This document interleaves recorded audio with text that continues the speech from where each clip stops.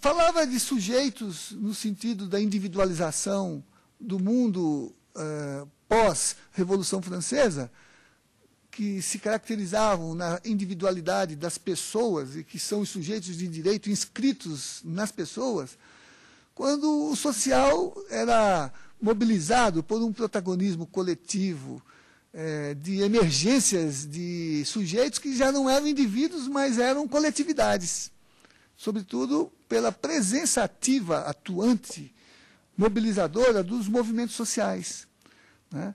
Falando de sujeitos coletivos, quando a gente só tinha a estrutura técnica para dar conta de sujeitos individuais percebidos na sua abstração de partes, de autor, de réu, né?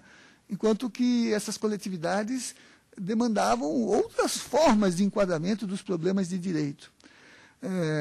Falava de formas organizativas do trabalho técnico, levando em conta um tipo de institucionalidade, aquela que estava inscrita no aparato do Estado, quando, na verdade, nós tínhamos uma sociedade aberta, plural, problemática, em que o social gerava novas instituições. Pensem, por exemplo, que a Constituição de 1988, né, fiel a esse processo, né, se dá conta da emergência democrática desses protagonismos e aponta para uma realidade do direito, dizendo que os direitos não são só aqueles que se positivam na própria Constituição, ou que se incluem num elenco das legislações, mas eles derivam do próprio regime que organiza a Constituição, a democracia, por exemplo, e que há mais direitos do que aqueles que são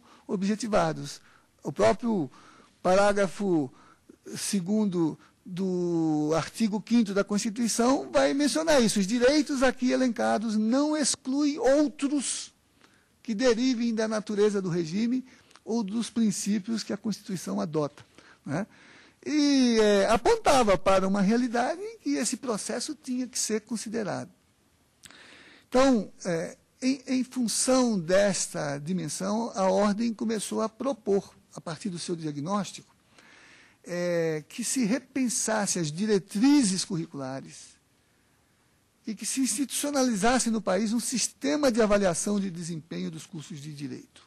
O MEC se associou a esse processo e os dois organismos trabalharam em conjuntos. E em 1994 foi proposta uma grande reformulação das diretrizes curriculares com esta configuração, né? Pensar o jurídico mais problematicamente, estruturar a formação jurídica por eixos que levassem em conta não só conteúdos, mas habilidades, não só a acumulação de conteúdos que envelhecem, que se superam, mas habilidades que impliquem a disponibilidade da inteligência para dar conta da emergência de novos fenômenos, trabalhar a recuperação da dimensão fundamental de compreensão do mundo ao lado da dimensão técnica.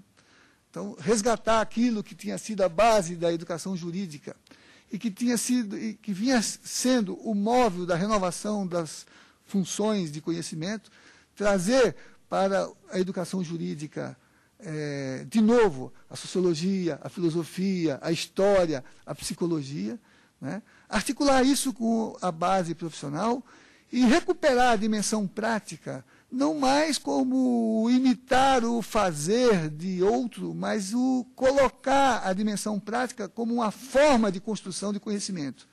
Então, estruturou o currículo em 3 eixos: os eixos de formação fundamental, o eixo de formação profissional e o eixo de formação prática, em núcleo de prática jurídica, onde as atividades dimensionadas tanto de maneira convencional, artificial, simulada, se combinasse com atividades também reais de diálogo com as novas demandas de juridicidade. E jogou o bacharel para uma atitude de construir referências, que ele tivesse protagonismo nesse processo, para que a educação jurídica não ficasse contida nos programas oficiais organizados pelos dirigentes das escolas. Criou uma estratégia de atividades complementares para que os estudantes livremente agregassem aos seus currículos formas não oficiais de conhecimento que eles pudessem incluir na sua integralização curricular, autonomamente.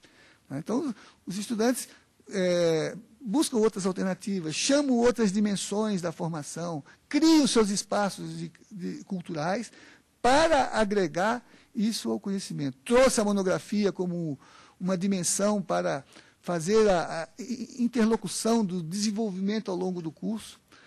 Isso resultou numa profunda revolução no conhecimento do direito.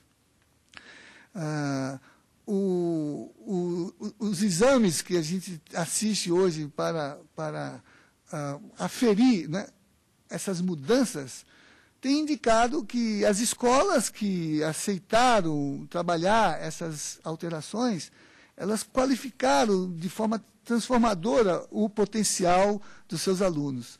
E é esse o parâmetro que está presente hoje no debate sobre o ensino jurídico e suas grandes transformações.